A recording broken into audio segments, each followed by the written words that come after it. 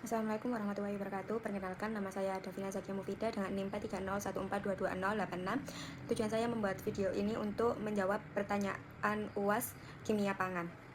Baik, kemudian untuk nomor 2A, jelaskan secara ilmiah bagaimana proses fermentasi dapat mengawetkan pakai asam ikan dan menyebabkan rasa ikan menjadi asam seiring waktu.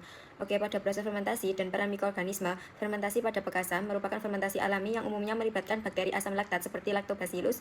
Atau proses ini terjadi saat ikan dicampur dengan garam dan biasanya juga dengan karbohidrat seperti nasi sebagai sumber energi untuk mikroba. Kemudian mekanisme pengawetan pada penurunan pH dan inhibisi mikroba patogen. Mikroba fermentatif akan mengubah karbohidrat menjadi asam organik, terutama asam laktat.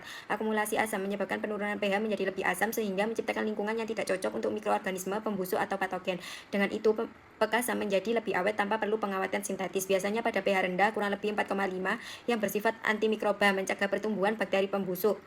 Kemudian untuk perubahan rasa, asam dan khas fermentasi, rasa asam pada pakasam berasal dari asam laktat dan kadang asam asetat yang dihasilkan mikroba. Seiring waktu, asam akan semakin banyak rasa pakasam. Asam menjadi banyak rasa pakasam, semakin asam dan kompleks. Kemudian untuk perubahan zat gizi selama fermentasi, untuk proteinnya, protein ikan mengalami degradasi oleh enzim dari mikroorganisme dan dari daging ikan itu sendiri. Terjadi proteolisis menghasilkan peptida kecil dan asam amino bebas. Beberapa asam amino bisa dideaminasi, yaitu ikut menghasilkan senyawa asam atau volatil. Kemudian yang karbohidrat, jika pakasam menggunakan tambahan nasi, maka karbohidrat kompleks seperti pati akan digunakan oleh bakteri sebagai substrat fermentasi, dikonversi menjadi energi plus asam organik dan asam organik yang menyebabkan mendukung pengawetan dan menciptakan rasa asam. Kemudian lemak relatif lebih stabil, namun sebagian lipid bisa terhidrolisis menjadi asam lemak bebas yang berkontribusi pada aroma khas dan sedikit rasa ringan yang justru menjadi karakteristik unik pakasam. Kemudian untuk nomor 2B, resiko yang akan timbul jika pembuatan pakasam dilakukan tanpa standar kesehatan. Itu akan terbentuk mikroorganisme biogenik amina seperti histamin, tiramin, dan lain sebagainya yang terbentuk dari dekarboksilasi asam amino oleh bakteri pembusuk. Histamin terbentuk dari histidin dalam ikan. Jika kadarnya tinggi bisa menyebabkan keracunan histamin.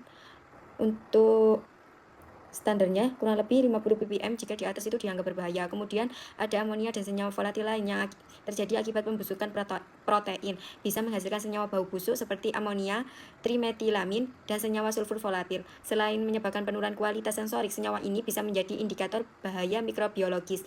Kemudian dampak-dampaknya terhadap keamanan pangan dan kesehatan konsumen, yaitu keracunan makanan akut, dapat terjadi mual, muntah, diare, sakit perut dalam waktu 1-6 jam.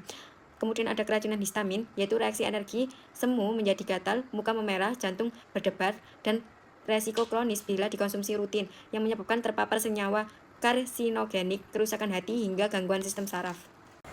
Kemudian untuk nomor 2C, yaitu saya mendukung penggunaan garam kroso untuk fermentasi pakasam dalam batasan tertentu karena lebih mendukung proses fermentasi alami dan tidak menyebabkan rasa pahit seperti garam dapur yang terlalu murni. Namun kebersihan dan standar mutu garam kroso harus dijaga, misalnya dengan pencucian, penyaringan, atau pemanasan awal agar tidak membawa kontaminan berbahaya. Untuk kelebihan garam dapur yaitu lebih higienis, bersih, dan konsisten, aman dari logam berat atau kotoran. Sedangkan untuk kekurangannya yaitu jika digunakan terlalu banyak akan menghambat fermentasi alami, kurang mendukung kompleksitas rasa dan aktivitas mikroba, dan memiliki potensi rasa pahit pada produk di akhir. Sedangkan untuk kelebihan garam kroso yaitu mendukung fermentasi alami, rasa lebih natural dan kompleks, lebih cocok untuk fermentasi tradisional. Sedangkan untuk kekurangannya berpotensi mengandung kotoran atau logam berat, kurang stabil dalam kualitas karena tidak dimurnikan.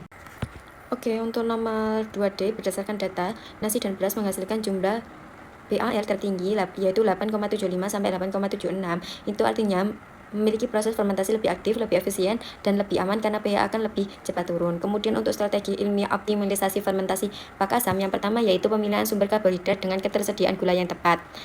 Yaitu apabila nasi matang memiliki gula sederhana, hasil pemecahan pati selama pemasakan, yaitu sangat mudah digunakan oleh bakteri asam laktat.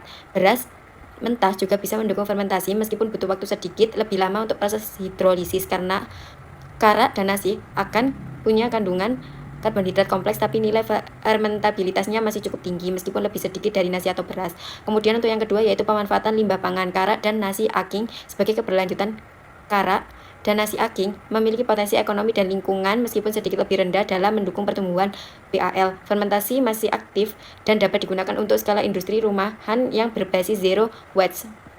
Kemudian yang ketiga yaitu kombinasi strategis.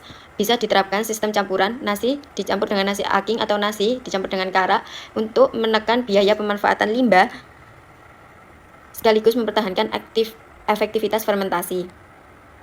Kemudian digunakan perbandingan seperti 70% nasi ditambah dengan 30% nasi aking, lalu evaluasi pH dan profil mikroba untuk menentukan formulasi ideal. Dan yang keempat terakhir yaitu kontrol lingkungan fermentasi. Pastikan kadar garam sesuai sekitar 10-15% agar BAL tetap dominan dan mikroba pembusukan ditekan. Suhu penyimpanan dijaga di suhu ruang rendah kurang lebih 25-30 derajat Celcius agar fermentasi berlangsung stabil. Pantau target pH, biasanya pH kurang dari 4,5 untuk menjamin keamanan mikrobiologis.